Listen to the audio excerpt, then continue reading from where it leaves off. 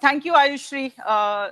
I'm really delighted to be here with the CWE session to celebrate what I think is a phenomenal day. It coincides with Janani completing 1 year of her incubatorship with CWE, and also having successfully raised funding. And as we call, there was a personal startup. She just delivered a baby during this time. So all in all, a big kudos to Janani for having achieved all three at the same time. And really, I want to take the next few minutes to talk, to check with Janani how her journey was and how she went about doing this. We're really delighted to have you with us, Janani, and really delighted, Sucharita, that CWE could be Thank such a platform to connect several women entrepreneurs to the overall ecosystem. So, Janani, let me start by asking you a little bit about your personal journey from a scientist to a pharma research person in AstraZeneca, and then after that, getting into a startup, and then spinning out and starting your own startup. So tell us a little bit about that journey and what made you think that you want to become an entrepreneur. Janani, requesting you to put on your Thank you so much. And other participants to please mute your videos. Thank you. I actually am not able to see myself, Ayushri. That's the problem. So I keep going on and off, and I can't see what you folks see. So I'm going to go on video and hope for the best. Sure. Yeah, this is fine. Yeah. Okay. All right, super, thanks.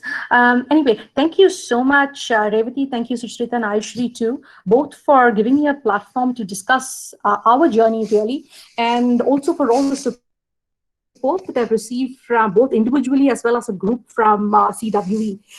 Wonderful bunch of women, not just the people who run the organization, but all the other group members that I've met, and I've benefited hugely from this. And I'd like to tell you a little bit specifically, of course, how the network has actually helped both me personally as well as Biomonita as a company along its journey. But I'll try and answer Revathy's question a little bit first and give you a little more sense of my background. The short answer to Revathy's question, why entrepreneurship, was basically it was an accident, quite honestly.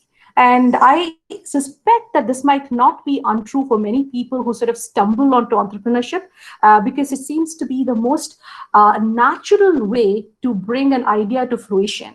So I'll step back just a little bit, right?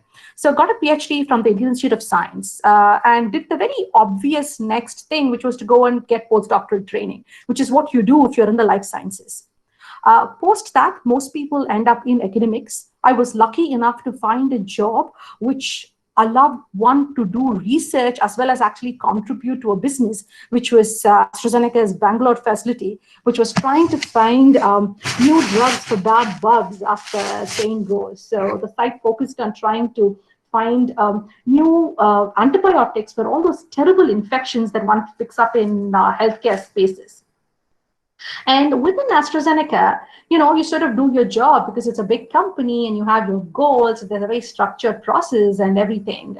And along the way, I was expecting my first child. And because there was a lot of travel involved, I did what a lot of women do in my position, which is to say, you know what, I'm going to take a little break. And then maybe I'll come back and see what is possible. So I did that. I left AstraZeneca in 2011, took about 3 to 4 months off.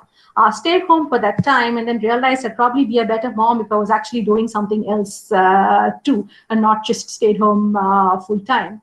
Ended up working sort of part-time with a company that did something extremely exciting, which was to try and simulate disease states on the computer and trying to find therapies that way. And this was a company called Cellworks, trying to find, again, new antibiotics within that kind of an environment.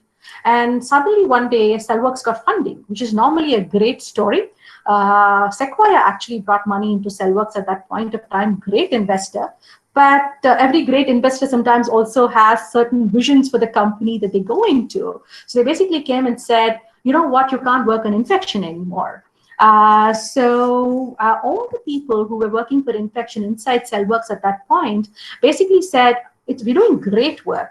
You can't allow this to actually close right now. So what is the best way to take it forward is to probably spin it out and start a company of your own and continue trying to do the great work that you're doing. And that's how I sort of stumbled upon the whole entrepreneurial journey.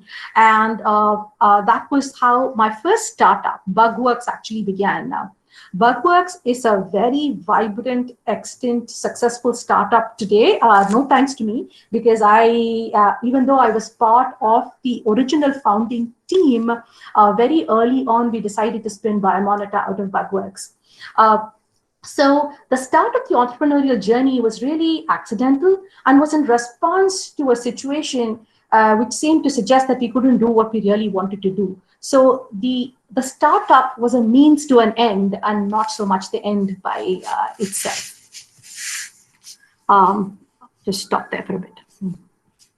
So that's really wonderful, because you're not saying that I want to do a startup and now let me find a problem to solve.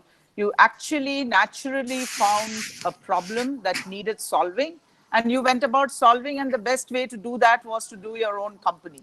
So I think that's really a very, very key learning for a lot of entrepreneurs, because we constantly hear people saying, I want to do a startup and now I'm looking for a problem to solve.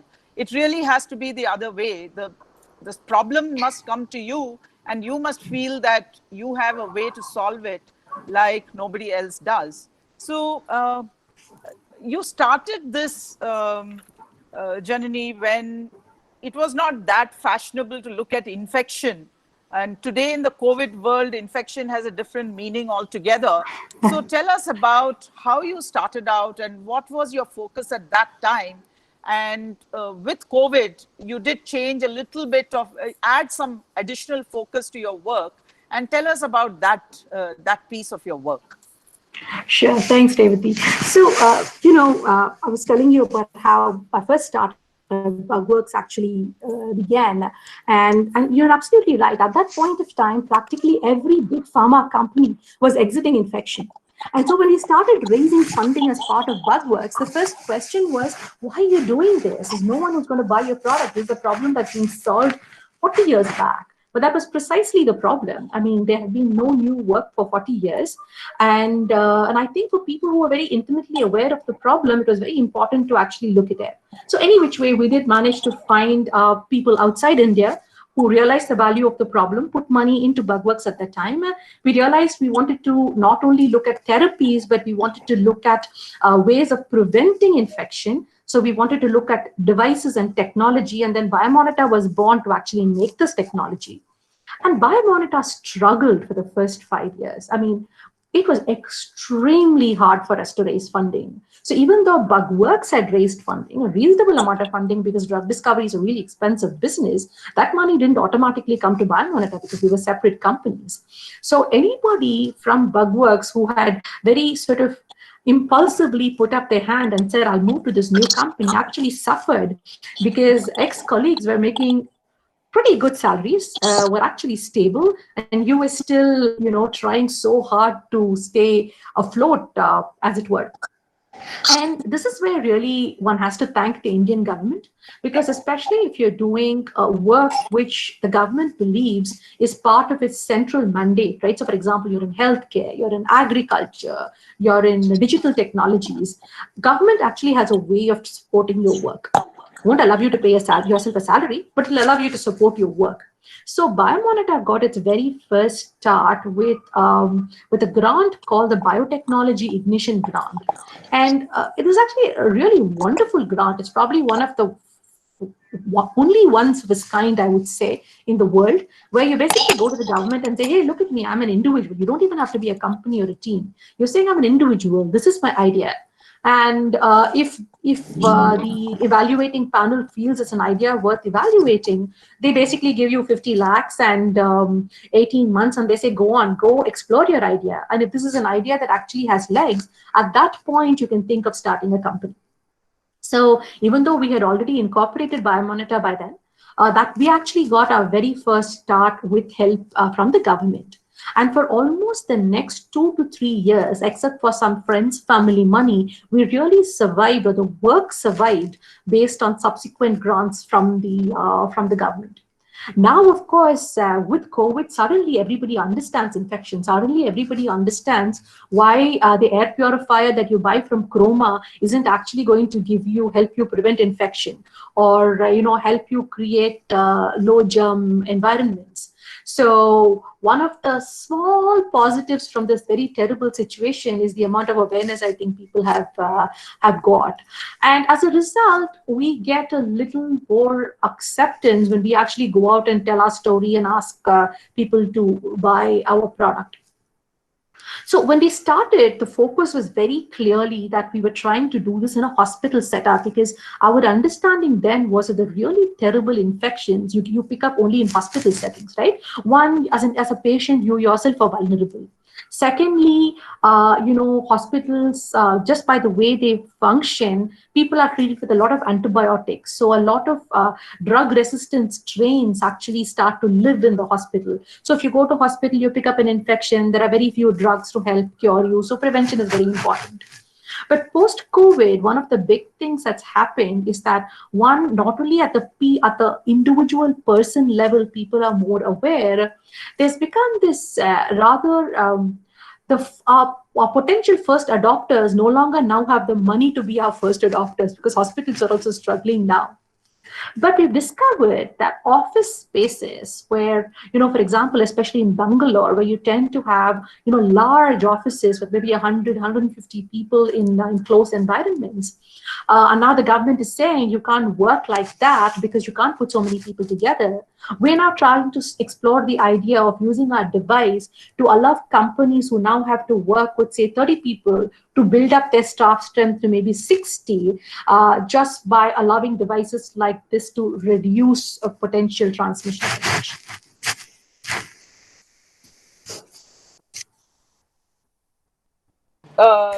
And that's really interesting. And uh, I think you can maybe you would like to touch upon a little bit how virus was not something you were looking at, and suddenly this virus became the big thing, and the lack of testing facilities and the sophistication required in getting your product tested and accepted.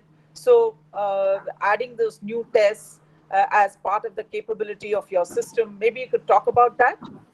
Sure. That was another thing. So again, this whole positive negative balance, I guess, is maintained at all points of time. The positive, of course, suddenly was that people were interested in infection prevention. The negative, of course, was that suddenly viruses were very important. And I should mention that until COVID actually hit all of us, nobody really cared very much about viruses, unless, of course, you're a pediatrician and children tend to pick up a lot of viral infections. That's because the only viruses most of us really come in contact with, apart from computer viruses, is the flu, right? I mean, you catch a cold, you sneeze a bit, and your office tells you, please don't give me the cold, you please stay home maximum for a day or two. Or you might say, no, I'm going to come and work through the flu, and it's okay. Some people avoided you, some people didn't. But nobody died from a viral infection. It was, unless again you were severely immunocompromised, right? Healthy individuals didn't die from viral infections. COVID completely changed all of that. And because our focus was never viruses, we had spent a lot of time and effort and money in showing how our device could actually handle all these really terrible flesh-eating bacteria. And suddenly no one cares about that anymore. And it wasn't as simple as just going off and going to some lab which actually works on this virus and say, here's our device, show us that the device works on the virus, put the two parts together. Because again, because we actually work on the air, we don't work on liquids. When you have viruses in the air and your device kills it, and you have to show that in the air you've made a difference, there are very few places in the world which are actually able to handle pathogenic airborne viruses. You need a lot of precautions to be able to do that. And this is where, again, being receiving funding became a huge positive because our investors were able to help us connect with global sites, which were able to do testing like that. And we have devices going to both the US and Japan for testing. Hopefully, they'll be shipped tomorrow. Should have gone today, but you know how startups.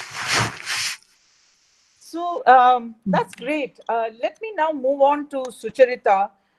You're seeing in the cohort, we are seeing many entrepreneurs who have to respond to a changed environment, who have to respond to a changed environment. And we saw how Janani suddenly she started with something and then she had to make some additions to it. There were some good things out of it. There were some additional challenges, and therefore you have to respond to some of those. Sucharita, what are some of the other things that you are seeing from other women entrepreneurs who are doing things to respond to COVID? Yeah, I'll take the example of one of the incubatees from the same incubator where we have incubated Janani. That's Radhika from Cradlewise. So she has a smart cradle for babies in the first year, which senses when the diaper needs to be changed, and it plays music and it rocks the baby, etc., so that the baby sleep peacefully at night, and it only messages them when there is a problem. When this COVID scenario came up, they saw that the whole attention has shifted, and they were actually planning to launch in the US market. And that was completely down, the economy. So they started looking at what they could do with the skills and the experience they had gathered. And they developed a respirator, a ventilator, that could be shared. Normally it is there's some disturbance. Okay. So they have developed this. They are now testing it in different hospitals. They have got permission from ICMR to test it. So, that's a pivot that we have seen, which is amazing, actually, because they keep talking about how there's going to be a shortage of ventilators. So then we have, another one who she does what she calls upcycled fashion. So she takes the leftover fabric from large manufacturers of garments and fashion products, and she converts that leftover fabric into designer clothes and other accessories. So during this time, she saw the opportunity for masks, and she has quickly started rolling out masks which are made of these leftover fabric which she gets from these guys. And she adds her own special touch to it, because now people are looking for masks which not only serve the purpose, but also look good. So, these are some of the things that, we are beginning to see that our women entrepreneurs are doing. Just a couple of examples. I can give you so many others. So yeah, so the important thing is, the times of crisis and the way people respond to crisis, and the ability to have the resilience to bounce back, because successes are made by people who are able to survive the crisis. So I think that is the message for all the entrepreneurs who are listening out there, that you have to weather the storm and do the right pivots, which are or changes or tweaking, so that you stay afloat, you respond to new challenges, and whatever opportunities are coming, and you take them head on and make them really an opportunity. So I move back now to Janani, and let's ask a little bit about your personal journey. It would not have been easy to do a startup to have a baby, try to raise funding at the same time. I mean, I can think it could have been a tough experience. Maybe for the benefit of all the entrepreneurs, women entrepreneurs here, that would be extremely helpful. Yeah, it is again another completely unplanned journey, I must say. I learned I was pregnant with my second kid 9 years after my first one.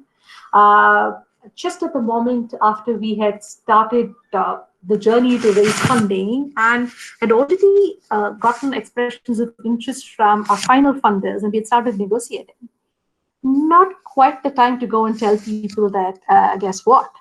But we decided very early on that we would tell them, because at the end of the day, when you have a very small startup, we had a working technology, but it was not a mature technology because it was a new technology, and it was also we weren't yet in the market. We were pre-market, so a lot of risks associated with us. And we were actually really worried everybody would pull out. But we were very pleasantly surprised because the only response I got from every one of them was, "Oh, congratulations!" And then they just moved on to business as usual. And it again wasn't that there was a strong wound between them. They were all pretty much a mix of men and women. So, but I think we got very, very lucky. But I think we also got lucky because we were candid and honest pretty much from the beginning, even though there was the worry that they would actually pull out. But the point I want to make out here is, regardless of the baby, the the the funding, starting from getting expressions of interest to money in the bank took 9 long months with supportive investors. Right, my baby was actually born a little before, so it That was says it yeah, all. That says it all. yeah, that says it all completely. I mean, I had these visions in my mind of having signed everything and gotten everything sorted out, and then I could step out and then take maybe a couple of months off while the rest of the team did whatever it was supposed to, because I was leading the negotiations for the funding. But that didn't happen. The little girl came first. And but the point of, again, I want to make out here is not the baby coming first. The fact that even with supportive investors, it took us 9 months, and it had nothing to do with the size of the fund, because this, I think, had everything to do with the industry we are in. Life sciences is a very long trip to market. And because of that, I think investors also make sure that they take a long time to understand you, understand the market, and understand their risks before they actually put their money in, however willing they are very, very early on. And as a company, we had to really make sure that we stayed solvent for these 9 months, because it made no sense to have investors who were willing to put in a lot of money if you were going to go broke 2 months before that. And that is not the time when you want to go and try and get loans or something to stay afloat. You want to stay afloat without encumbrances, right? Without changing any of your financial status, as it were. So we actually, so when they, and first thing most investors ask you when they come is that, how long are you going to stay solvent? And so we told them a time, which was obviously we could stay solvent for longer than that. And then we hunkered down because we'd gotten advice from a lot of people saying, whatever time you think it'll take you to close, make sure you plan for at least twice that time. So I think that financial prudence really helped. The poor little girl came and she did her thing in the background, really. And the extended family stepped in to help. So, yeah. So, a quick question: how did you stay solvent? I mean, that's a very, very wise advice which you followed, and I think women naturally are, very, very careful and with money, and they think twice before they actually take up any risk factor. But I would like to hear from you how you did this. So we basically, tamped down all our expenses, pruned everything which was not necessary, did all the obvious things. But the thing to sort of note out here is it helped us stay solvent, but it did hit us as a business. Because for businesses, you need to spend a little bit of money, at least at the stage you're in. So if we had actually received the funding even say 3 months earlier, right, or if we had had internal funds to not just stay solvent but stay as part of the business, we might have probably been a little ahead as we are. So we knew we were going to take a hit as a business, but we decided to do that because staying solvent was a little more important at that point of time. I remember speaking to somebody else who was asking us, is there any way you could have actually pruned that journey a little bit? Obviously, if you have done this before, I'm sure the next time around you can do it in half the time. But when you do something for the first time, you do take a significantly longer time than you expect to do. So there's no mantra there. It's just one of those things that happen. So one of the questions I have, I think that's a very, very valid point that you make, and that is true not only for people who are raising money the first time, but all companies. You have to first stay solvent before you grow, because if you're not alive, then there is no point in spending on food. First, you have to be alive, right? Yeah. So I think that's a very, very important lesson for all entrepreneurs to remember, that these are very extraordinary times, and COVID has created extraordinary amount of stress on people's balance sheets and cash flows. And the important thing is to first find methods to stay solvent and afloat.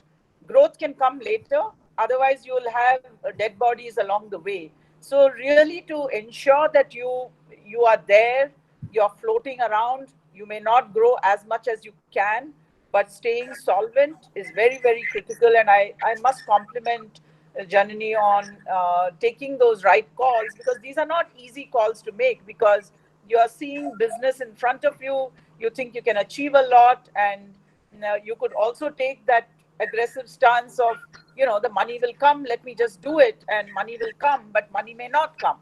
And then you have a great idea, you have a great product, everything is there, but you're out of money. So I think this is a very, very critical thing. And Sucharita, would you like to talk a little bit about some of the other entrepreneurs that they are seeing and how they are dealing with this kind of situation? Yeah, I think Janani brought up a very relevant point. It's like keeping your head down, keeping your feet on the ground, and keep going. Sometimes, though, in this kind of unprecedented situation, when it suddenly drops from the skies, for people who are in business, it's just down flat. So what do you do then? And what I've seen some of our women entrepreneurs, and since I work with women, I will only give those examples from our network. She is in the hotel industry. And so obviously business was zero. So she decided to take a short-term strategy and pivot into supplying all the sanitizing equipment that any hotel, any institution needs very urgently right now. So that's what she got into very quickly. And that's what she is sure that this will keep her going until her hotel industry is ready to start up again. So, these are the kind of things that, we see happening. And another factor that I think all of us have been noticing is that people are becoming much more conscious of fitness, of the food they eat, their lifestyle being sustainable and friendly for the environment. So these are new opportunities that are opening up. Again, one of our members, she was in high fashion industry, making all these clothing for weddings, etc. She saw an opportunity for sustainable clothing, and she has now launched infant wear line, which is organic. And also she's gotten traditional products like quilts, etc., which are traditionally made in villages, to be made by those village women themselves. So she is giving employment to them.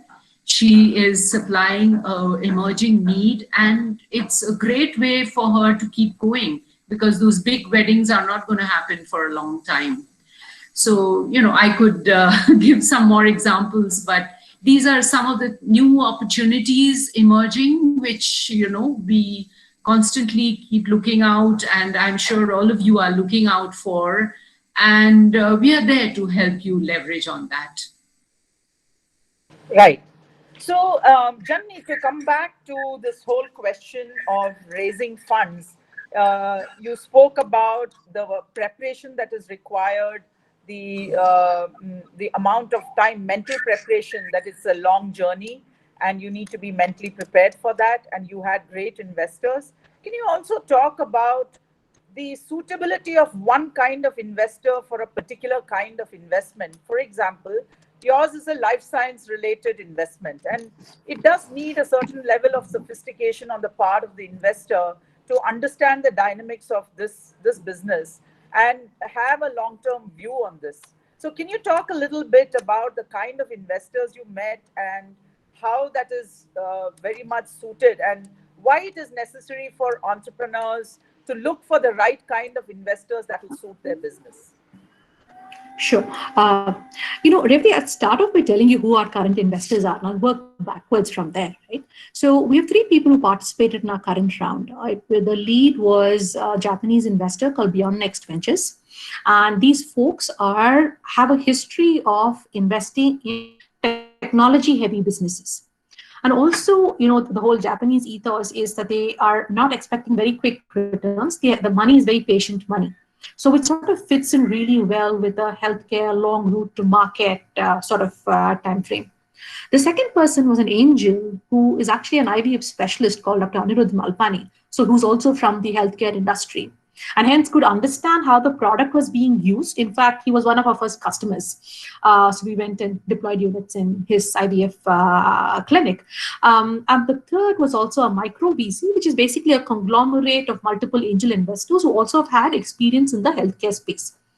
So finally, it turned out that the people who actually invested were all people who were tech savvy.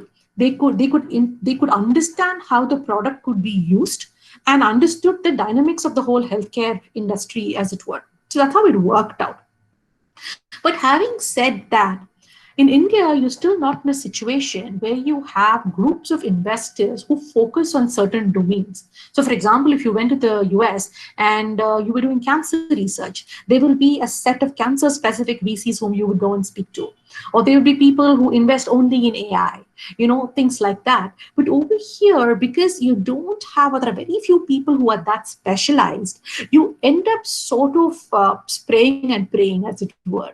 Right? So we ended up meeting multiple people whom we also ourselves knew starting the conversation that this would not be a good fit, right? I mean, they knew and we also knew, but it was still important for us as an organization to have these conversations, because it helps you refine what you're going to say. It actually helps you understand yourself a little bit, and somehow they also give you a sort of market sense, right? So once you go past the investor, if you finally sell to somebody, you're not going to always be selling to specialized people. So how do you refine your story for even that selling experience, so to speak?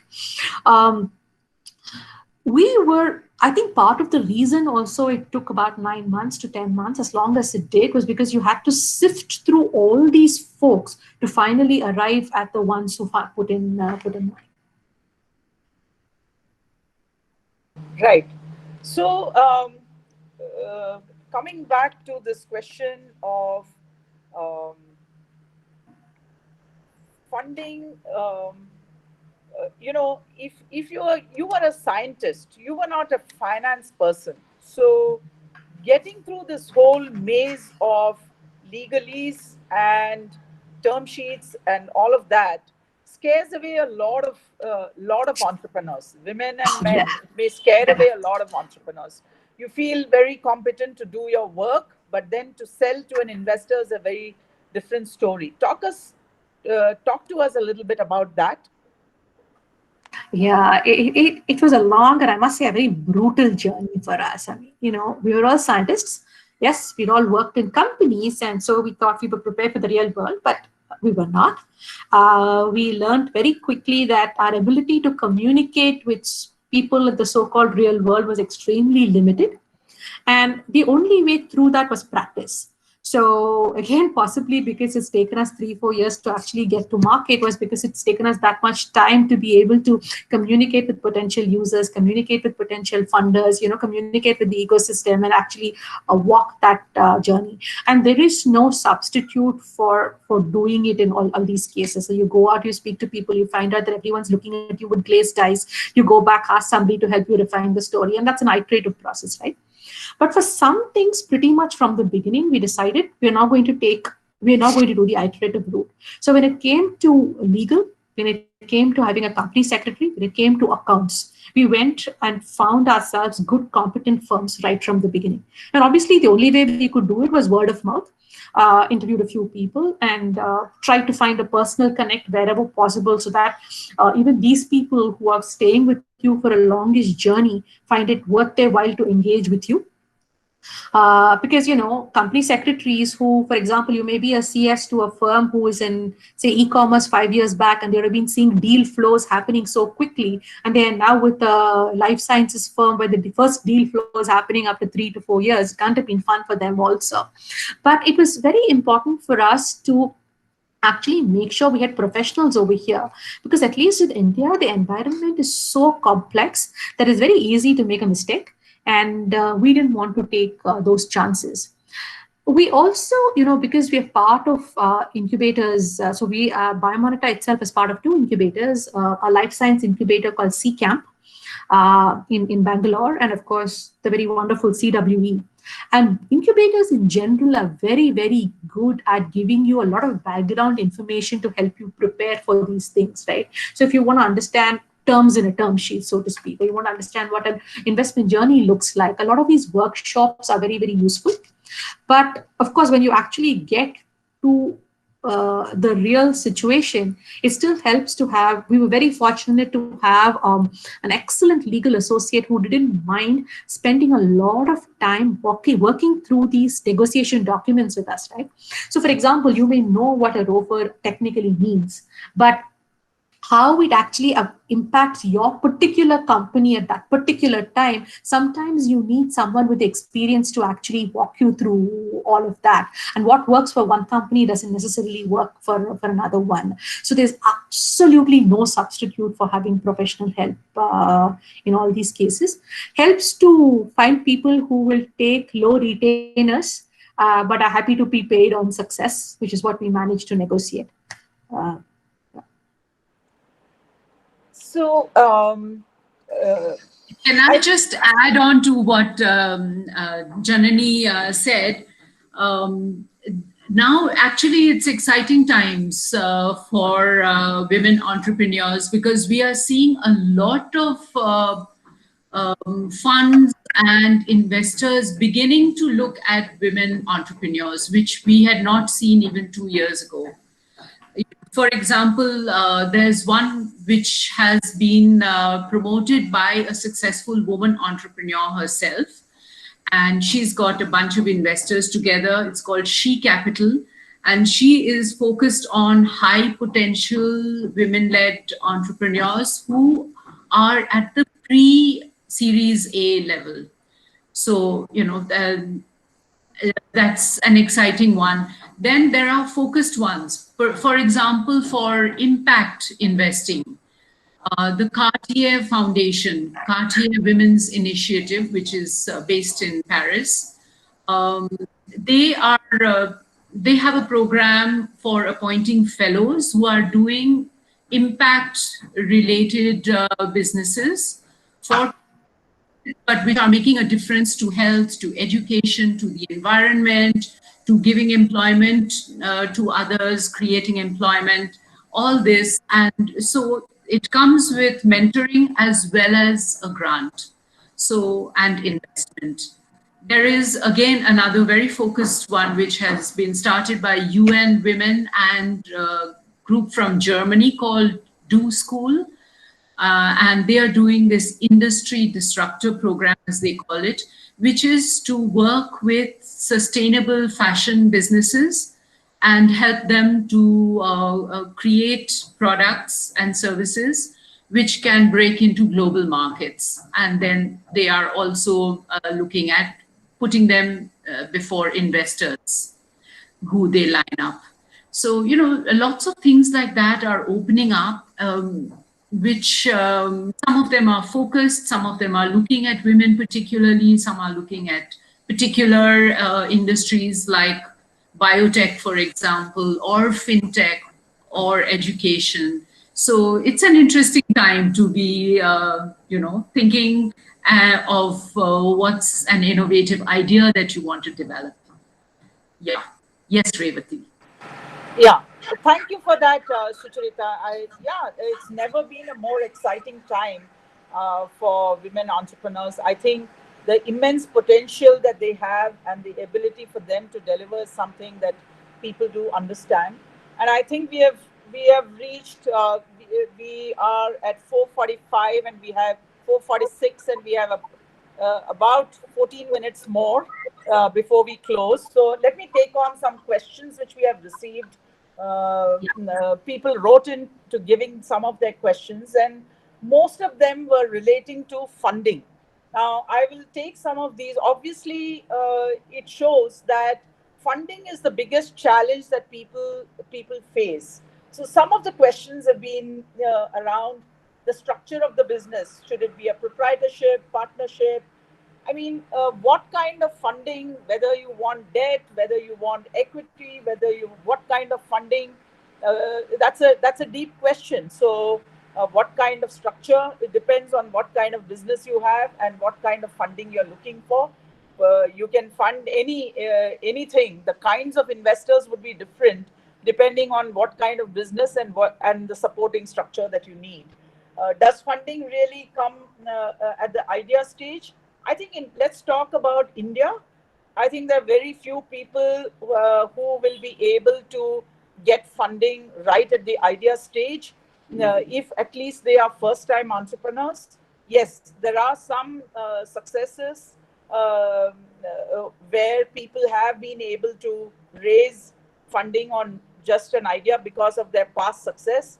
CureFit is one such example where Mukesh Bansal raised money just on a piece of paper with just an idea. Ganesh did that for Potia because they were all serial entrepreneurs. They had given great exits to their investors in their past. So the investors said, these people, these entrepreneurs really know how to execute well, and they will somehow find a way to return our money several times over. So we have faith in them. But that does not necessarily hold good for most of the people. So in India, at least, I would say it is quite difficult to get funded at the early stage. Now, life sciences may be slightly different. They get funded via grants, like Janani said. You get grants from the government, and you could get grants from other places for your long product development cycle. That's the best way to get yourself funded. The other question was about angel investment for an idea stage startup. I think I already covered that. It's not very easy if you have just an idea, because investors want to see some skin in the game from the entrepreneur. Because if the entrepreneur does not have skin in the game, you cannot expect an investor to invest money in the idea. So I think it's very, very important to understand that, and how to raise capital. That's again a very, very broad question. We could talk on and on about it, but you need to prepare extremely well your positioning of a product, the market, the size of the market. There is enormous amount of preparation that is required. Sucharita, can you talk a little bit about what kind of preparation, the level of preparedness we see when entrepreneurs come in, and how mentorship and guidance helps them get better prepared to raise money? Yeah, thank you, Revathy. So we find that oftentimes the entrepreneurs who come in and they're looking for funding, they are nowhere near the preparatory stage required for funders or creditors to look at them. So the very first thing we often work with them in is in creating a business model and then a business plan, which is the bottom line before they can even think of what kind of funding. Is it a credit line they really need, or do they need some seed funding? Could they look for a grant from the government or some research organization? Or should they go for initial pre-series A kind of funding? So there's a lot of preparatory thinking, work and working out and documentation required, which is what we help them with, especially when they come for incubation to us. That is the first thing that we work on with them. And depending on what their need is, each of them is assigned a lead mentor who will take them through that. And like Janani said, understanding term sheets, etc. Her mentor actually, sat her down and worked with her and got her ready to stand before investors.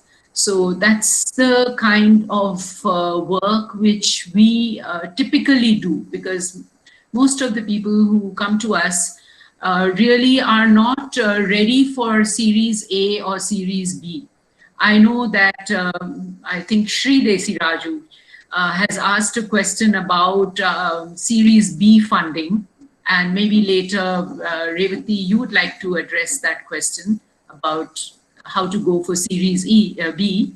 But this is the initial stage, and there's a lot of work required even at this stage, which is what we start out with many of our entrepreneurs. And the incubation, we are actually now launching a virtual incubation model, which does not have to be located in any one city. So you will shortly be hearing from us. So you can get the advantage of this kind of hand-holding, mentoring, guidance, no matter where you are. And that's what we think will really make a difference across the country. So, Revathy, is there anything else you want me to talk about? No, I think that is good. I think the other question that people asked, somebody asked, was, I'm from a visual arts background, somebody is from an artisan background, and how do you raise money? I think one thing I want to make clear: not every business is equity fundable from a VC type investment. So you really need to be extremely self-aware as to what your businesses are, and there's nothing wrong, right or wrong about it. And I just want to talk to you a little bit about a model. If you're running a boutique restaurant, you can't go to an investor and say, please fund this restaurant.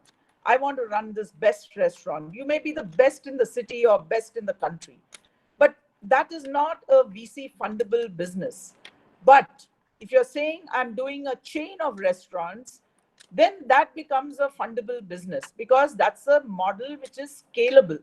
So you need to be extremely self-aware as to what kind of business you are in, what kind of, not only the business, how scalable it is. So if it is a scalable business in some finite time frame, because investors invest, remember, not because they want to give you a grant or a charity, because they expect a certain amount of return. That is their business. They invest their money, they risk their money, having faith in you. So you need to have that ability and the focus to be able to return the money in some finite time frame. And therefore, being very self-aware about your business is crucial. Any other questions, Ayushri, at this stage? I Yes. have sort of covered all the questions that we received in advance. Sure, Revathy. We have 2, 3 questions. So let's just take 3 more questions for this session. Yeah, we Uh, have exactly 5 more minutes before we Yes. wrap. So I would actually, since you to just for you to continue your thing, I would start with Shree's question. Shree, you can come on video if you would like to add anything. The question is about we need to have few scale up journeys now. So the question is when one should look for the series B, because that also requires the same amount of work as the pre-series or series A.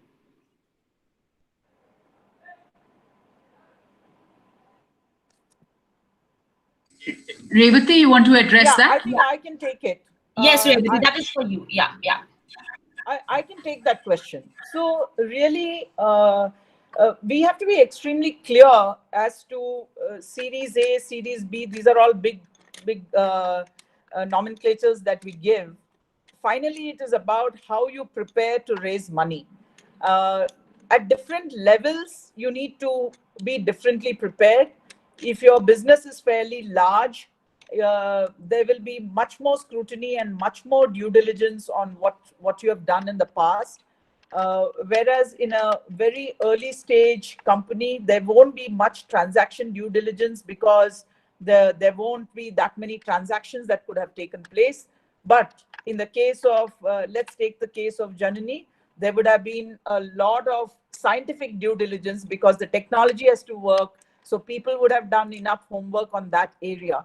And Janani, you want to add a little bit about that?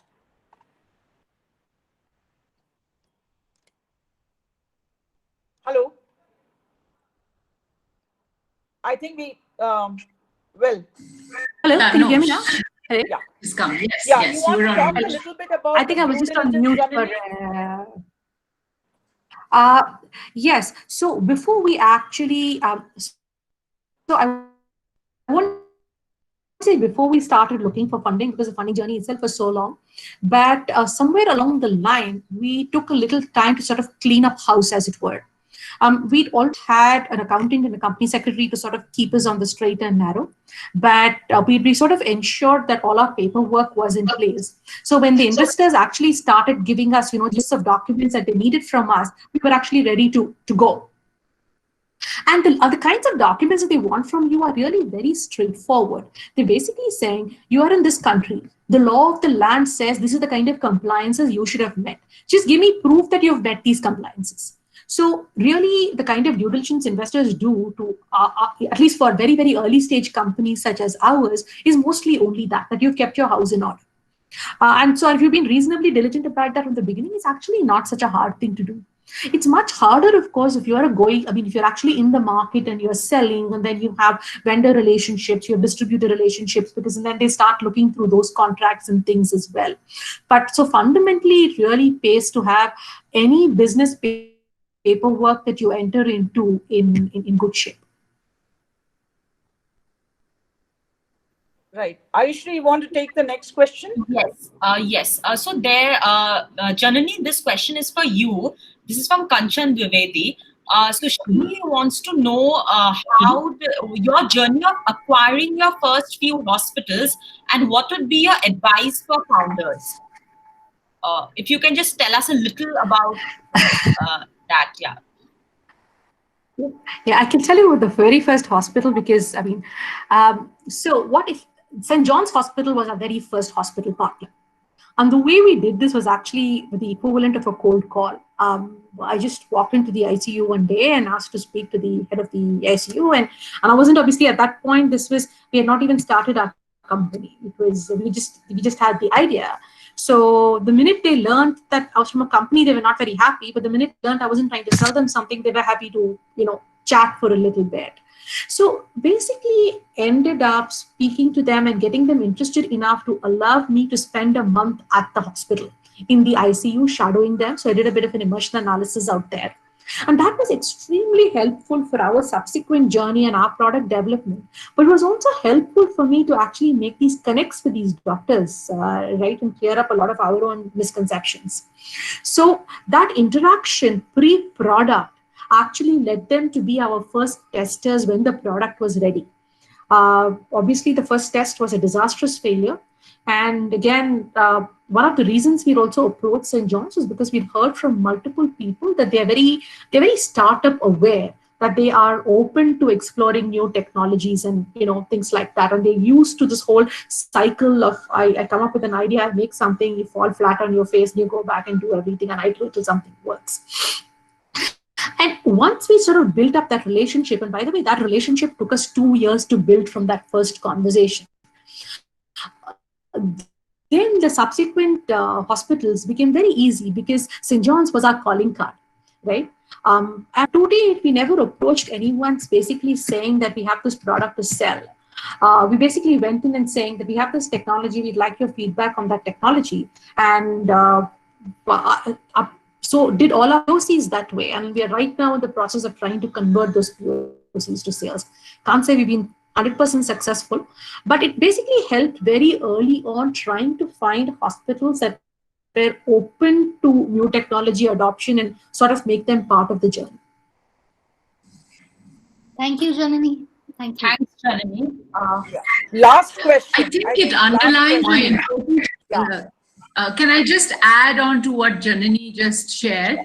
I think it points to one very important point, which no matter what kind of business you're in, I think it's very important to test your product with potential customers, try out the idea with them as you develop it, because it may need to be tweaked. You may think that this is the perfect solution, but when you go out and talk to people who might buy that product from you, you may find that they are looking at it very differently.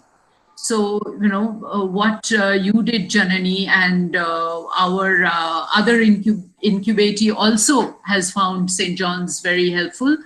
But basically, whether it's a hospital or whatever, it could be a buyer of garments, or whatever it may be, it's important to get out there in the market and start talking to people who are your potential customers. Yeah, I just wanted to put this in because oftentimes people sit in a hole and they are working on developing the product without going and testing it in the market. Yeah. Thanks, Sucharita. Yeah, we'll take the absolute last question. We are absolutely out of time. Yes. But So, we'll take Revathy, one last actually, this question. question is from Aditi Makharia. Could you, this was for Janani, she wanted to know about the other investors apart from Big who has supported Janani's business. So I think Janani has already answered this question in her talk. So Aditi, I hope your question is answered. Yeah, I think that's already answered. So Yes. With that, I think we should. Yes. We'd like to close for the day. Yes. And Aishri, we are done, right? We Yes, should yes, close we for are the day because we are out of time. Sure. We could obviously talk for a very long time. There are many interesting things to discuss, but really, I must thank Sucharita for giving me the opportunity to sort of talk to two wonderful women and their journey and their trials and tribulations of running a startup. CWE itself is a startup and a baby for Sucharita, and she's put 4,500 plus women on the map. So kudos to her. And Janani, kudos to all that you've done, and wish you all success. And we continue to celebrate the success and keep in touch. And you are a CWE allies and alum, and we hope you will be in touch with us, and we will do everything possible to continue to help you. Yes. Thank you so much. You are a role model for so many women, Janani. Yes.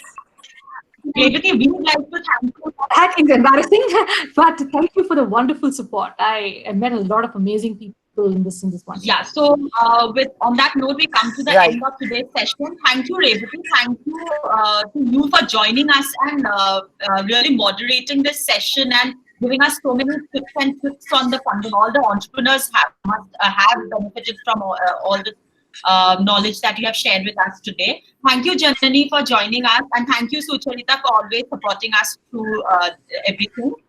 and for this very interesting panel. So the recording for this session will also be available on our YouTube channel. So request you to please subscribe to our channel. And for all the upcoming events and webinars and everything that we are doing as a platform to support the 4,900 plus women entrepreneurs, please do follow us on social media and subscribe to our mailing list. You would get all the details on the chat box and on an email after this session. Our next webinar is on next Friday, the 10th of July, on 5 sales mistakes you should avoid and 1 sales technique that you should certainly follow in your startup. So look forward to seeing you all for this session.